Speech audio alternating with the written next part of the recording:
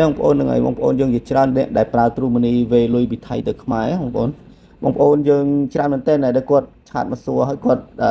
អត់ចេះបំពេញឈ្មោះអ្នកទទួលលុយហ្នឹងហើយដល់អញ្ចឹងថ្ងៃនេះវីដេអូហ្នឹងខ្ញុំសូមមកបង្ហាញពីវិធីបំពេញឈ្មោះអ្នកទទួលលុយហើយបើសិនជាបងប្អូនមាន True Money នៅខ្មែរស្រេចបងប្អូនក៏វេពីថៃទៅចូល True Money ខ្មែរយើងបានតែម្ដងហ្នឹងហើយគាត់ឲ្យអ្នកខ្មែរទាញនេះកូដចូលគឺបានលុយតែម្ដងហើយវីដេអូនេះខ្ញុំគាត់តែបង្ហាញបំពេញឈ្មោះអ្នកទទួលលុយទេបើសិនបងប្អូនចង់ដាក់ឲ្យអ្នកផ្សេងទៀតណាបងប្អូនបំពេញតាមនេះមកហ្នឹងហើយទីមួយចុចចូលលើ app True Money យើងមកដែលចូល app True Money យើងមកscan ដៃខ្ញុំដាក់ scan ដៃខ្ញុំខ្ជិលចូលញយអូខេដល់ក្រោយពីបងប្អូនអឺចូលមកដល់ហើយបងប្អូននេះមកប៉ះកន្លែងថាផ្ទេរប្រាក់ទៅប្រទេសកម្ពុជានេះផ្ទេរប្រាក់ទៅកម្ពុជាហើយបើសិនបងប្អូនចង់បាន link ដែល download កម្មវិធីថៃខ្មែរហ្នឹងបងប្អូនអាចចុចលើវីដេអូហ្នឹងក៏បានក្រោមវីដេអូហ្នឹងក៏បានដែរនឹងខ្ញុំដាក់ពាក្យ link ទុកឲ្យហើយបងប្អូនអាចចុចលើ link ហ្នឹងទៅវីដេអូហ្នឹងlink ហ្នឹងនាំយកទៅ download កម្មវិធីហ្នឹងមកប្រើបានហើយបើសិនភ្ជាប់ link នៅក្រោមវីដេអូនេះបងប្អូនគឺស្គាល់ស្រេចតែម្ដងហ្នឹងហើយយើងអត់បាក់បញ្ជាក់ញ៉ៃទេយើងក៏ចុចលើ link ដែលខ្ញុំដាក់ពីលើហ្នឹងទៅឬហើយបងប្អូន down មកគឺបំពេញទៅលក្ខខណ្ឌតិចតួចគឺបងប្អូនប្រាប់បានតែម្ដងហ្នឹងហើយវាអត់វែងឆ្ងាយទេបើសិនបងប្អូនពេចទៅ down ដោយខ្លួនឯងអាហ្នឹងតែជាវែងឆ្ងាយតិចហ្នឹងហើយអូខេបងប្អូនចុចទៅលើប្រទេសកម្ពុជាយើងមកប្រទេសកម្ពុជាយើងមកប៉ះលើនឹងមួយមកកន្លែងនេះវាត្រូវឲ្យយើងបំពេញណាបងប្អូនត្រូវឲ្យយើងបំពេញ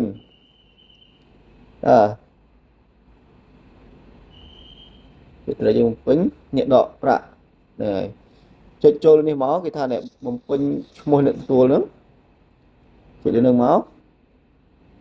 ចុចលើនឹងមកដល់នេះហើយវានឹងឲ្យយើងសរសេរតាមនឹងហើយបំពេញតាមនឹងទី1បងប្អូនដាក់លេខទូរស័ព្ទអ្នកទទួលលុយឧទាហរណ៍ខ្ញុំដាក់ឧទាហរណ៍មើលខ្ញុំជួយចុចព្រាវ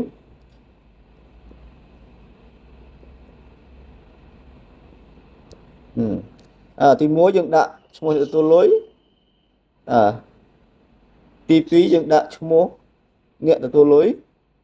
ដាក់ឈ្មោះគាត់មកសូមដាក់ឈ្មោះអ្នកទទួលលុយ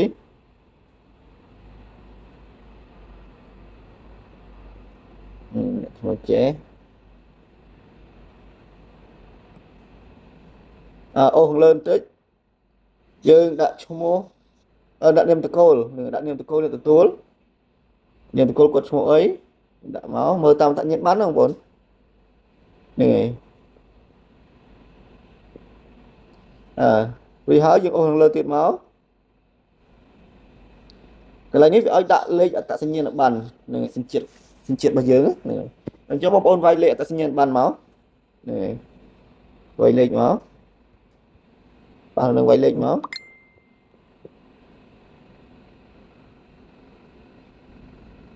វាយលេខមកហើយនេះលេខអត្តសញ្ញាណប័ណ្ណរបស់យើងរបស់គាត់រួចហើយបងប្អូនអូសខាងលើបន្តិចកន្លែងនេះគេថាឲ្យដាក់អាសយដ្ឋានផ្ទះឬផ្ទះលេខកន្លែងហ្នឹងខ្ញុំណែនាំបងប្អូនដាក់បងប្អូនផ្ទះបងប្អូនមានលេខដាក់លេខទៅហ្នឹងហើយផ្លូវចូលលេខឲ្យប្រហែលលេខប្រហែលហ្នឹងអានេះខ្ញុំសុំផ្ទះខ្ញុំអត់មានលេខខ្ញុំសុំដាក់ឈ្មោះមួយទៅហ្នឹងហើយឈ្មោះអ្នកទទួលហ្នឹងហើយអញ្ចឹងក៏បានដែរឬហើយខាងក្រោមនេះវាឲ្យតម្រូវយើងរើសហ្នឹងហើយរើសភូមិឃុំស្រុកខេត្តណាបងប្អូនរើសចុចលើនឹងមករើសមកបងប្អូននៅណារើសនឹងមកខ្ញុំសុំរើសតាមនឹងអូខេក្រោយបងប្អូនរើសរួចហើយបងប្អូនចុចយកព្រមមកនេះយកព្រមមកបងប្អូនភ្ជាប់តែម្ដងហ្នឹងគឺអាចប្រើបានរហូតហើយនឹងអាចប្រើបានរហូតហើយអូខេដល់ពេលចុចបញ្ជូនទៅវាចេញមកបែបហ្នឹងនេះអត្រាប្រាក់ដែលត្រូវបានបងប្អូនអត្រាប្រាក់ដែលយើងត្រូវដូរបានហ្នឹងហើយបងប្អូនចុចលើនេះដើម្បីឲ្យទង់ជាតិថៃហ្នឹងឡើងទៅនៅខាងលើ